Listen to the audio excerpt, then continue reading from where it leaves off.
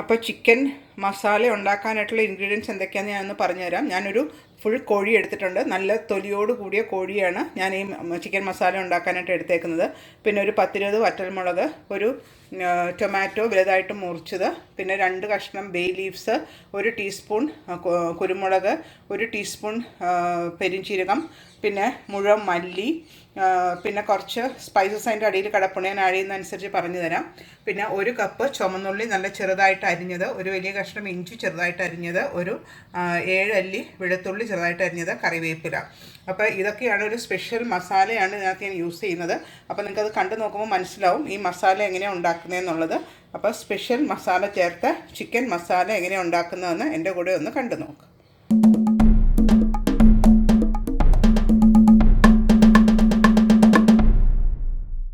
നമ്മുടെ special chicken masala ഉണ്ടാക്കാനായിട്ട് ഞാനൊരു പാൻ അടുപ്പത്ത് വെച്ചിട്ടുണ്ട്. നമുക്ക് അതിനകത്ത് ആദ്യം ഒന്ന് മസാല ഒന്ന് വഴറ്റിയെടുക്കണം.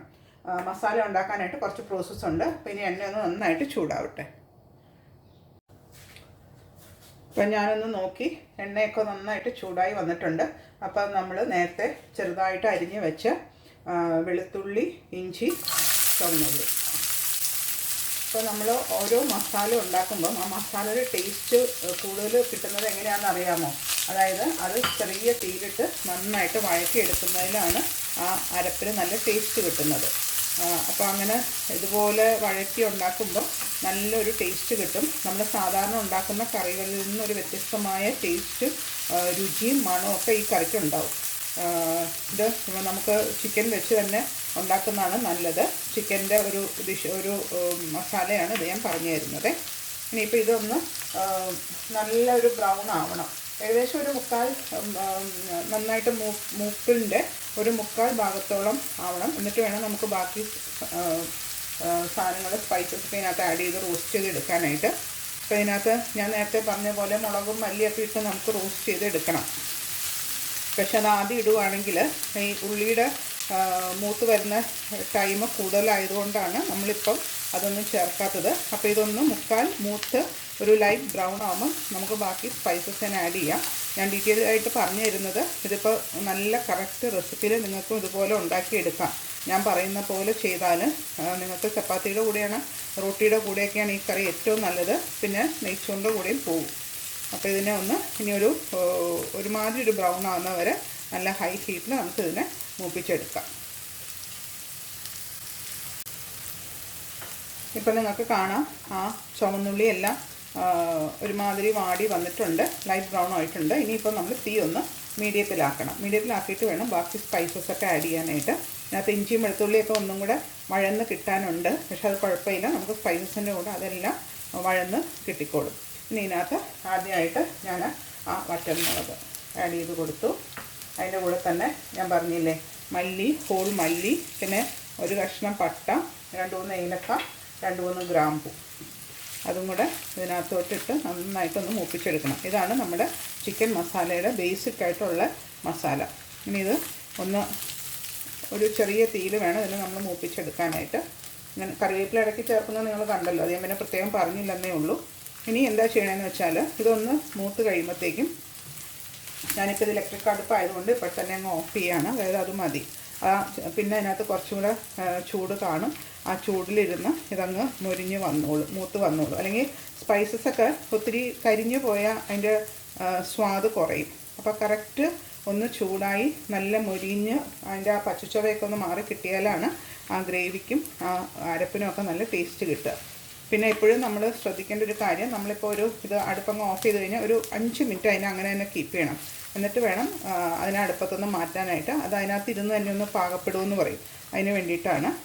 അപ്പോൾ ഇത് ഞാനിപ്പം ഓഫ് ചെയ്തു.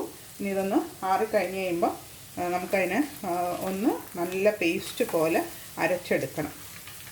അപ്പോൾ ഇത് ഞാൻ ഓഫ് ചെയ്തിട്ടിട്ടുണ്ട്. ഇനി ആ ചെറിയ തീ കിടന്ന് നന്നായിട്ട് അതൊന്ന് മുരിഞ്ഞ് വരട്ടെ. ഇപ്പം അരപ്പൊക്കെ അരച്ചുകൊണ്ട് വന്നിട്ടുണ്ട്. ഞാനിപ്പോൾ ഇനി വേറൊരു പാനിൽ കുറച്ച് വെളിച്ചെണ്ണ, ഏകദേശം ഇപ്പോൾ നിങ്ങൾക്ക് കാണാം ഒരു 2 ടീസ്പൂൺ വെളിച്ചെണ്ണ ഞാൻ ഒഴിച്ചിട്ടുണ്ട്. അതൊന്ന് നന്നായിട്ടൊന്ന് ചൂടായി വരട്ടെ. ഇപ്പം എണ്ണ നന്നായിട്ട് ചൂടായിട്ടുണ്ട്. അതിനകത്തോട്ട് ഞാൻ 2 ബേ ലീവ്സ്, പിന്നെ കുരുമുളകും പെരിഞ്ചീരകവും ഒന്ന് പൊട്ടിക്കണം. ഇത് ഹോളായിട്ട് പൊട്ടിക്കണം. അപ്പോഴാണ് ആ ഫ്ലേവേഴ്സൊക്കെ ആ ഓയിലിൽ കിട്ടുകയുള്ളൂ. കരിഞ്ജീരകത്തിൻ്റെയും കുരുമുളകിൻ്റെയൊക്കെ ഫ്ലേവേഴ്സ് നന്നായിട്ട് ഇതിനകത്ത് വരും. അതേപോലെ തന്നെ ബേ ലീവ്സിൻ്റെ. ഇനി അതിനകത്തോട്ട് നമ്മൾ അരച്ച് വെച്ച അരപ്പിനകത്തോട്ട് ഞാൻ കുറച്ച് മഞ്ഞൾപ്പൊടി ആവശ്യത്തിന്, കറിക്ക് ആവശ്യത്തിനുള്ള ഉപ്പും മഞ്ഞൾപ്പൊടി ആഡ് ചെയ്തിട്ടുണ്ട്. ഇപ്പോൾ നിങ്ങൾക്ക് കാണാം നല്ല തിക്കായിട്ടുള്ള കുറച്ച് കൂടുതൽ ഗ്രേവി ഇതിനുണ്ട്. അതായത് നമുക്ക് ചപ്പാത്തിക്കും ഒക്കെ കഴിക്കുമ്പോൾ കുറച്ച് ഗ്രേവി വേണമല്ലോ. അപ്പോൾ നല്ല തിക്ക് ഗ്രേവി വേണം, അതിന് വേണ്ടിയിട്ടാണ്.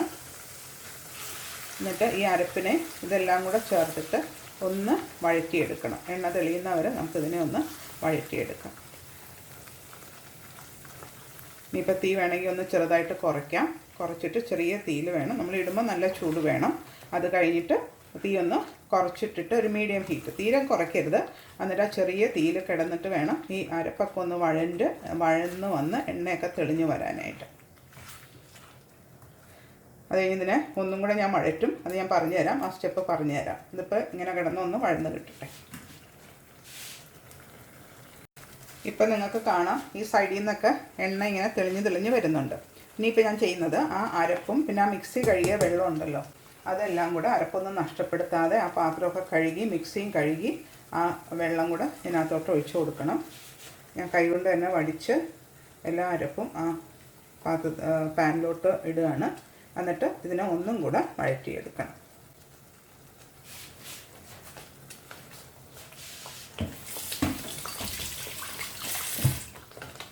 ഇപ്പോൾ 2 പ്രാവശ്യമായിട്ട് നമ്മൾ വഴറ്റിയെടുക്കുമ്പം ആ അരപ്പിന് കുറച്ചും കൂടെ സ്വാദ് കൂടും. അതായത് അങ്ങനെയാണ് പറയുന്നത്. ഇപ്പോൾ 2 പ്രാവശ്യമായിട്ടാണ്. ഇപ്പോൾ ആദ്യം നമ്മൾ അരപ്പ് മാത്രം വഴറ്റി, അത് കഴിഞ്ഞിട്ട് ആ മിക്സി കഴുകിയ വെള്ളവും ആ അരപ്പ് വെച്ചിരുന്ന പാത്രവും ഇതെല്ലാം കൂടെ ഒന്ന് ഇനിയും ചെറിയ തീയിലിട്ട് എണ്ണ തെളിയുന്നവർ, ഇപ്പോൾ കണ്ടു ഇപ്പോൾ ഒട്ടും എണ്ണയില്ല. ഇനിയിപ്പോൾ എണ്ണ തെളിയുന്നവരെ നമുക്കിതിനെ ഒന്ന് വഴറ്റിയെടുക്കാം.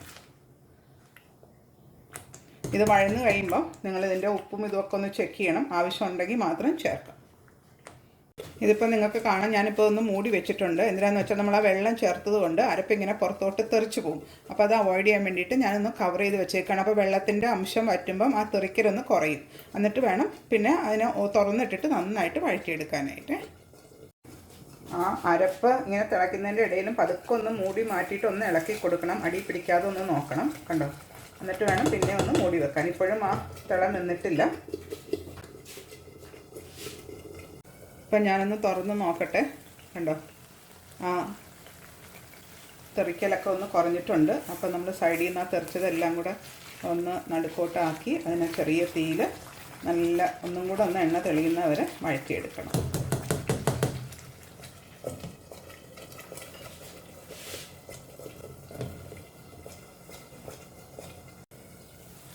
ഇപ്പോൾ നമ്മൾ തുറന്ന് നോക്കുമ്പോൾ കണ്ടോ എണ്ണയൊക്കെ തെളിഞ്ഞിട്ടുണ്ട്. അപ്പോൾ ഈ അടപ്പിൽ തെറിച്ച മസാലയെല്ലാം കൂടെ ഇതിനകത്തോട്ട് യോജിപ്പിച്ച് കൊടുക്കണം. ഒന്നും നഷ്ടപ്പെടുത്തരുത്.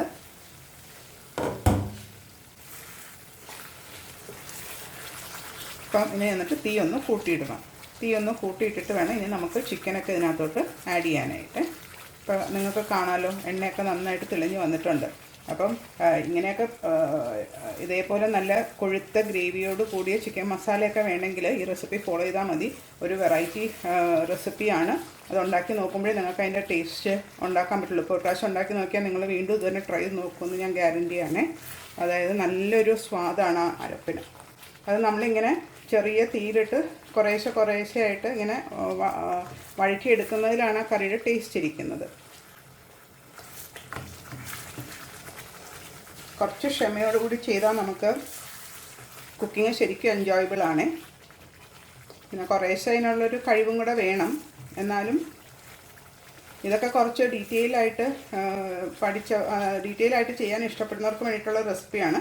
അപ്പം എളുപ്പത്തിൽ ഉണ്ടാക്കാൻ പറ്റുന്ന റെസിപ്പീസ് എൻ്റെ വേറെ ഉണ്ട്. അപ്പോൾ എൻ്റെ ചാനലിൽ നോക്കി അറിയാൻ പറ്റും. ഇത് കുറച്ചൊരു മെനക്കേടുണ്ട്. എന്നാൽ പക്ഷേ അതിൻ്റെ സ്വാദ് നമുക്ക് ഫൈനൽ പ്രൊഡക്റ്റിന് കിട്ടുമ്പോൾ നമുക്കത് ഇഷ്ടമാവും എന്തായാലും. ഒന്നും കൂടെ ഒന്ന് എണ്ണ തെളിഞ്ഞ് വരണം.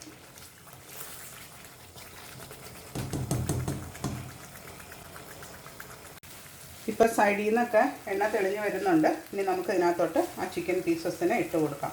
ഇതിപ്പോൾ ഞാൻ ഏകദേശം 1 കിലോയുടെ അടുത്തുള്ള കോഴിയാണ് എടുത്തേക്കുന്നത്. ഞാൻ തൊലിയോട് കൂടിയ കോഴിയാണ് എടുത്തേക്കുന്നത്. അപ്പോൾ ആ തൊലി ഇപ്പോൾ വേണ്ടെന്നുള്ളവർക്ക് നമുക്കതിനെ കളഞ്ഞിട്ട് യൂസ് ചെയ്യാം, കുഴപ്പമൊന്നുമില്ല. ഞാനിപ്പം അതിന് കുറച്ചുകൂടി ടേസ്റ്റ് കിട്ടും തൊലിയോടുകൂടി ചേർക്കുമ്പോൾ. എന്നിട്ട് ഈ മസാല കിടന്ന് ചിക്കനെ നന്നായിട്ടൊന്ന് ഒരു 5 മിനിറ്റ് ഇതുപോലെ ഒന്ന് മിക്സ് ചെയ്തെടുക്കണം. അതിൻ്റെ കൂടെ തന്നെ നമുക്ക് 5 മിനിറ്റ് കഴിഞ്ഞിട്ട് വേണം ടൊമാറ്റോ ഇതിനകത്തോട്ട് ആഡ് ചെയ്ത് കൊടുക്കാനായിട്ട്. അപ്പോൾ ഇതിനെ നന്നായിട്ടൊന്ന് എല്ലായിടത്തോട്ടും മസാലയൊക്കെ ആയി അതിനെ ഒന്ന് മിക്സ് ചെയ്ത് എടുക്കട്ടെ. ഇപ്പോൾ നിങ്ങൾക്ക് കാണാം ആ മസാലയൊക്കെ ആ കഷ്ണത്തിലൊക്കെ പൊടിഞ്ഞ് റെഡിയായിട്ട് വന്നിട്ടുണ്ട്. ഉണ്ടോ?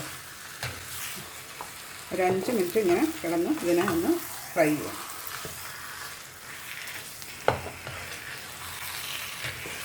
അതായത് മസാലയൊക്കെ ഒന്ന് ആ കോഴി കഷ്ണത്തിൽ പിടിപ്പിക്കാൻ വേണ്ടിയിട്ടാണ്. എന്നിട്ട് വേണം നമുക്ക് ആവശ്യത്തിന് വെള്ളം ഒഴിച്ച് ഇതിനെ കുക്ക് ചെയ്തെടുക്കാനായിട്ട്.